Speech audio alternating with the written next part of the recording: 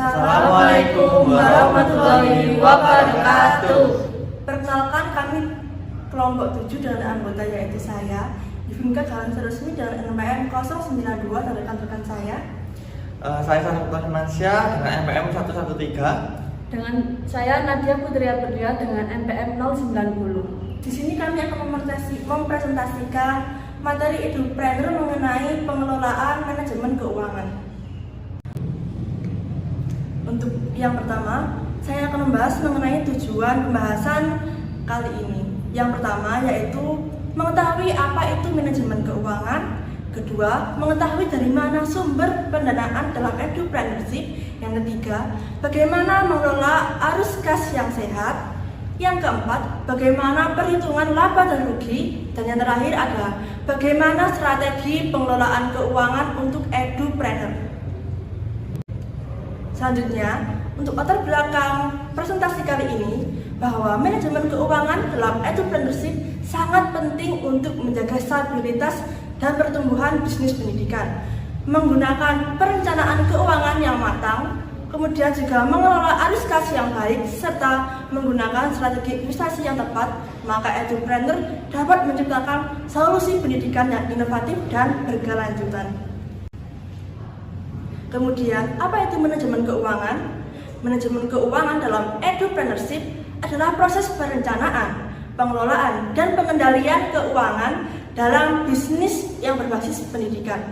Edupreneurship sendiri merupakan kombinasi antara pendidikan dan kewirausahaan, di mana prinsip bisnis diterapkan dalam sektor pendidikan untuk menciptakan layanan atau produk yang edukatif.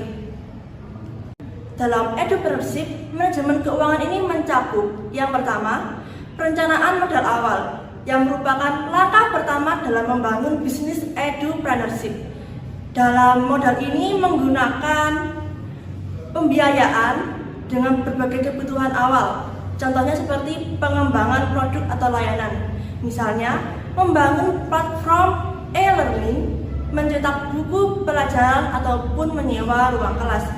Contoh pelaksanaan cakupan manajemen ini, misalnya ketika seorang edupreneur ingin membangun sekolah coding online yang harus menghitung biaya pengembangan platform, pembayaran infrastruktur, dan biaya pemasaran agar modal awal dapat dikelola secara efisien. Kemudian yang kedua, pengelolaan arus kas. Arus kas ini dapat disebut sebagai cash flow yang merupakan pergerakan masuk dan keluarnya uang dalam bisnis edupreneurship. Pengelolaan arus kas dengan baik dapat memastikan bisnis tetap berjalan tanpa kendala keuangan. Komponen pengelolaan arus kas ini yang pertama ada pendapatan, yang kedua ada pengeluaran, dan yang terakhir ada strategi manajemen. Contoh pelaksanaannya, jika kursus online memiliki pemasukan dari biaya peserta sebesar 100 juta rupiah per bulan, namun pengeluarannya mencapai 120 juta rupiah, maka bisnis tersebut mengalami defisit dan perlu segera mengatur ulang pengeluarannya. Kemudian cakupan yang ketiga ada perhitungan laba dan rugi. Perhitungan laba dan rugi ini bertujuan untuk menilai apakah bisnis edupreneurship berjalan dengan menguntungkan ataupun mengalami kerugian pada usahanya. Laba ini terjadi jika total pendapatan lebih besar daripada total pengeluaran, sedangkan ruginya terjadi jika total pengeluaran lebih besar daripada total pendapatannya. Kemudian ada juga analisis profitabilitas yang menentukan harga layanan atau produk secara kompetitif untuk menghasilkan laba timbang ruginya. Kemudian yang keempat ada pengalokasian dana untuk pengembangan bisnis. Edupreneur harus menginvestasikan kembali sebagian keuntungan untuk pertumbuhan dan inovasi bisnisnya. Pengalokasian dana ini yang jika dilakukan dengan tepat, maka akan meningkatkan daya saing dan memperluas jangkauan pasar. Contohnya adalah yang pertama, pengembangan produk layanan dengan menambahkan fitur baru pada learning. Yang kedua, jika menggunakan investasi pada teknologi, menggunakan fitur AI. Yang ketiga, menggunakan ekspansi bisnis dengan membuka cabang baru. Dan yang terakhir ada peningkatan kualitas SDM dengan menggunakan atau melaksanakan pelatihan maupun kursus. Sumber pendanaan dalam edupreneurship ini dapat berasal dari berbagai tempat ataupun sumber. Pendanaan merupakan aspek penting untuk memulai dan mengembangkan bisnis pendidikan. Sumber pendanaan ini dapat berasal dari berbagai pihak, baik dari individu maupun institusi. Dan ada beberapa sumber pendanaan utama yang dapat dimanfaatkan oleh edupreneur. Baik, saya akan melanjutkan terkait sumber pendanaan dalam edupreneurship. Nah, dalam pendanaan ini dibagi menjadi 5. Yang pertama ada dana pribadi atau bisa disebut bootstrap.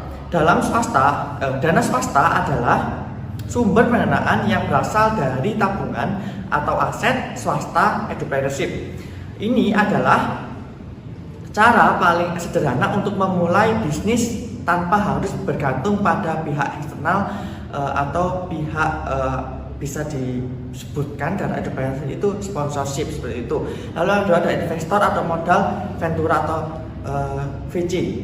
Investor atau modal ventura adalah pihak yang bersedia memberikan modal dengan harapan mendapatkan keuntungan di masa depan. Biaya VC tertarik pada startup edukasi berbasis teknologi atau edit. Yang ketiga ada pendanaan massal atau bisa disebut dengan crowdfunding, adalah metode pelangganan dana dari banyak orang melalui platform berani seperti Kitabisa, GoFundMe atau Kickstarter. Lalu yang keempat ada pinjaman bank atau kredit usaha. Edupreneur dapat mengajukan pinjaman ke bank dalam bentuk kredit usaha kecil atau KUK atau pinjaman komersial. Beberapa bank menawarkan program pinjaman dengan suku bunga rendah bagi sektor pendidikan. Seperti itu. Jadi pada sektor pendidikan kenapa tidak diperoleh bunga yang rendah? Karena itu akan berpengaruh dengan edupreneur yang berbasis pendidikan seperti itu. Lalu yang terakhir ada hibah dan dana bantuan pemerintah. Beberapa bantuan pemerintah dan lembaga internasional memberikan hibah atau dana bagi proyek pendidikan inovatif, terutama yang berkontribusi pada inklusivitas dan akses pendidikan. Banyak terjadi pada tahun-tahun yang lalu di mana beberapa partai di Indonesia itu mengerahkan atau memberikan bantuan kepada masyarakat Indonesia untuk memberikan dana atau fasilitas untuk berdagang seperti itu. Ada juga keuntungan dan kekurangan pada 5 data tersebut tadi. Yang pertama ada dana pribadi, keuntungannya tidak ada bunga atau pembagian keuntungan. Kekurangannya itu modal terbatas dan resiko sangat tinggi untuk mengalami kerugian. Lalu yang kedua ada investor tadi atau VC, keuntungannya itu modal besar dan bimbingannya sangat profesional. Terus kekurangannya kehilangan sebagai kepemilikan bisnis karena kalau investor kalau nantinya kita mengalami kerugian, jadi maka edupreneur itu atau bisnis tersebut akan dikerahkan atau diserahkan pada investor. Lalu yang ketiga ada pinjaman bank.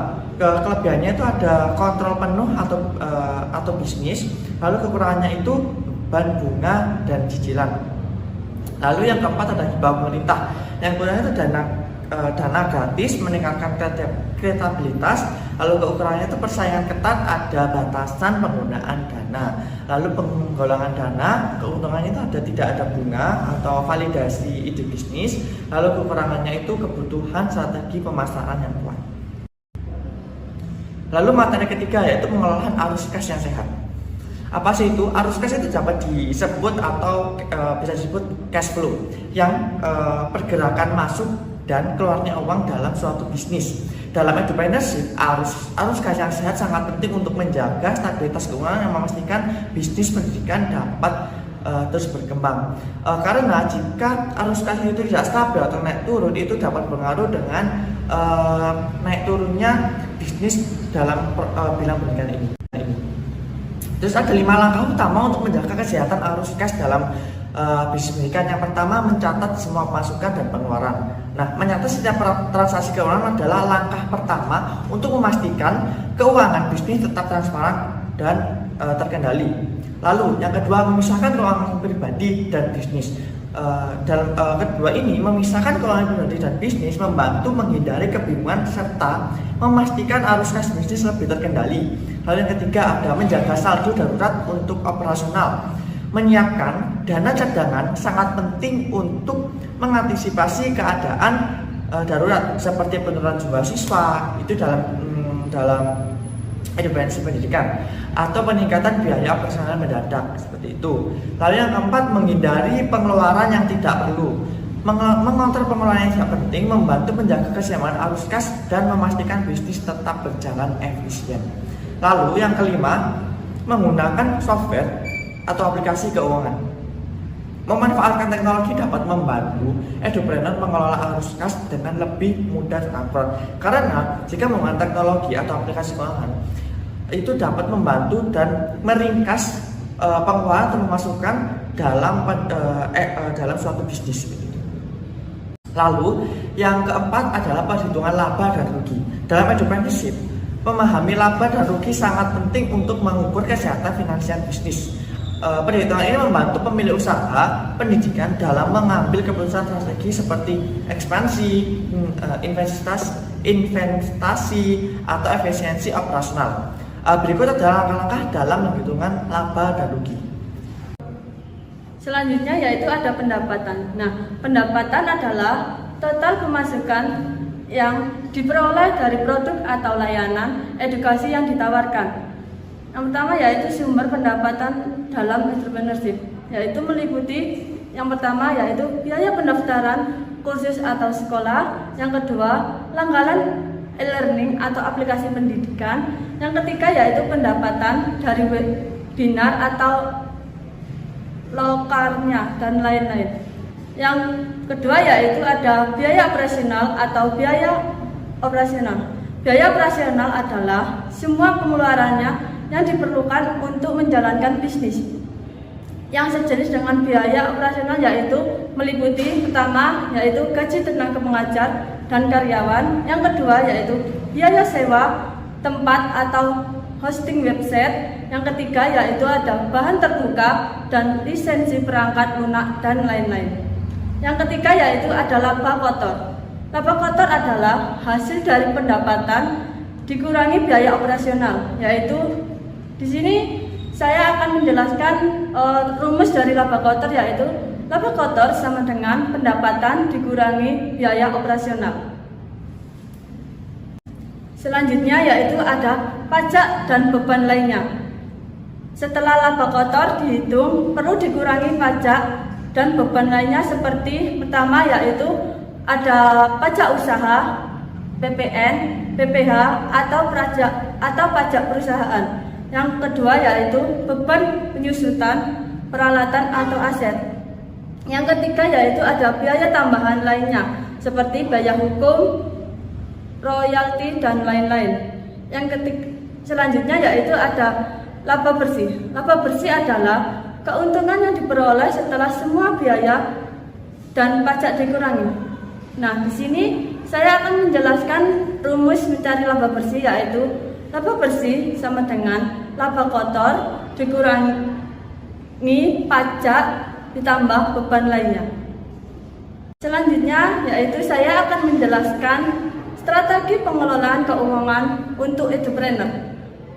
Di sini agar bisnis entrepreneur berkembang dengan stabil, pengelolaan keuangan yang baik sangat diperlukan. Berikut ini strategi utama yang dapat diterapkan untuk memastikan bisnis pendidikan tetap sehat secara finansial dan berkelanjutan. Nah, selanjutnya yaitu ada strategi pengelolaan keuangan untuk entrepreneur. Yang pertama yaitu menyusun anggaran dan rencana keuangan. Perencanaan keuangan yang baik membantu entrepreneur dan menghindari kebocoran anggaran, yaitu yang pertama yaitu tentukan anggaran tahunan dan bulanan.